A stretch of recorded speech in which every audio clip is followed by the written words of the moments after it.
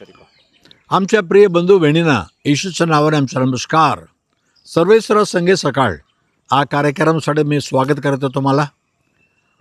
आणि प्रत्येक दिवस आपण यशाया 27:6 पाहत आहे, येणाऱ्या दिवसात याकूब मूळ धरेल आणि फुलेल व त्याला फल येतील.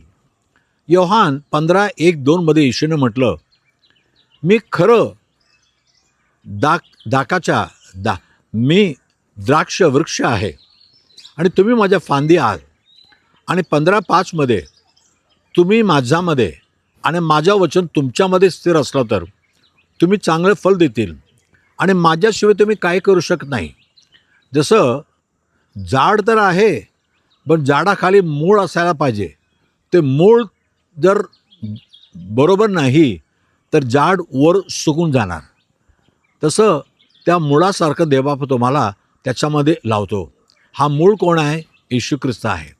त्याच्यामध्ये स्थिर व्हा. कारण बायबल म्हणते कोलोस्सीकरांस पत्र 2:6 तुम्ही येशू ख्रिस्ताला स्वीकार केलं, पण त्याच्यामध्ये मूळ धरा. म्हणजे तुम्ही त्याच्यामध्ये वाढत जाणार, बांधत जाणार. तुमच्या जीवनामध्ये अधिक फूल यायला पाहिजे का? तुमचं जीवन तुमच्यासाठी आशीर्वाद आहे, दुसऱ्यांसाठी आशीर्वाद व्हायला पाहिजे का? अब्राहमाला परमेश्वराने म्हटलं, तुझ्या मुळामुळे संपूर्ण जगाचे लोक आशीर्वाद प्राप्त करतील, कारण मी तुम्हाला आशीर्वाद करतो. तसं येशूमध्ये तुम्ही अंतःकरणाच्या जीवनामध्ये जोडून राहा एक मुळासारखं. तर बाहेरच्या जीवनामध्ये या जगामध्ये तुम्ही वाढतील, आणखी तुमच्या वाढणे जास्त होत जाईल.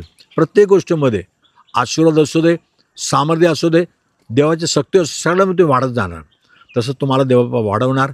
फक्त येशू ख्रिस्तामध्ये तुम्ही स्थिर राहा. प्रार्थना करूया. पवित्र देवबापा, धन्यवाद प्रभू, तो आमच्या खरं द्राक्षाचा झाड आहे प्रभू, आणि आम्ही फांदी आहे प्रभू. पण या फांदी येशू ख्रिस्ताबरोबर मुळामध्ये जुळून राहिलं तर जीवनामध्ये आणखीन वाढत जाणार प्रभू. तसं प्रत्येकानं प्रभू तुझ्यामध्ये स्थिर कर. त्यांच्या जीवनामध्ये सर्व गोष्टीमध्ये त्यांना वाढीव येऊ दे, आशीर्वाद येऊ दे. प्रत्येकांना तुझ्या नावासाठी गौरव करून उभा कर. येशूच्या नावाने मागितो पण ऐक प्रभू राजा. आमीन, आमीन. God bless you. उद्या सकाळी पुन्हा भेटूया. आमेन.